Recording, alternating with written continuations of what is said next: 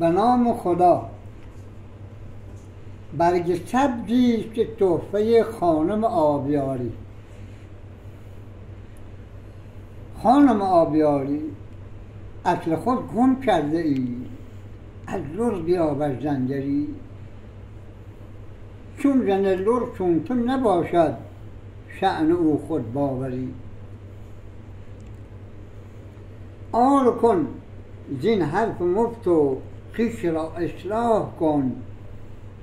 سالها خواهد بکوشی تا بیابی لرگری.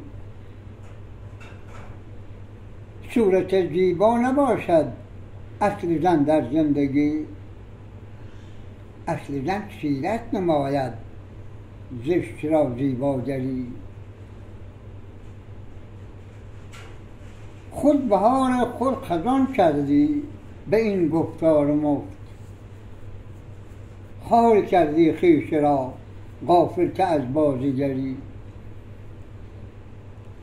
چهره از نفرت برانگیز است که چون ظاهر شود، پشت و گوش لر کند اختو به رویت مشتری.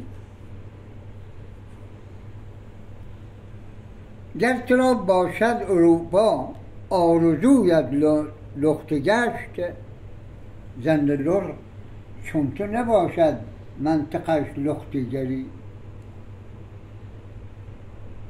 زن لر چون تو نباشد منطقش لختیگری. مفت و محکم خورده ای فربه شدی شفتک پران.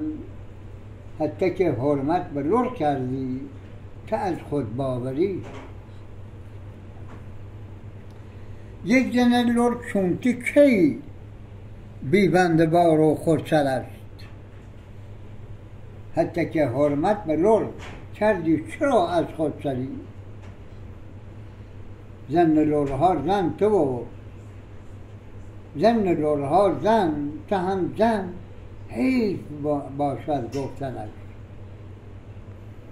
رد شود این کنیه زیبا چرا در داوری.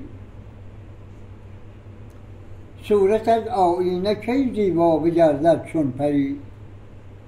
کم بکن آیینه چرخان بر سن بازیگری. اون بدل در صورت آیینه کی گردد درست. چون که خود آیینه محتاج است بر خاکستری. مهدیم من هم لر و هم شاعر و هم کاذبت. هر که گفتم حق نباشد خود بکن قاضیگری.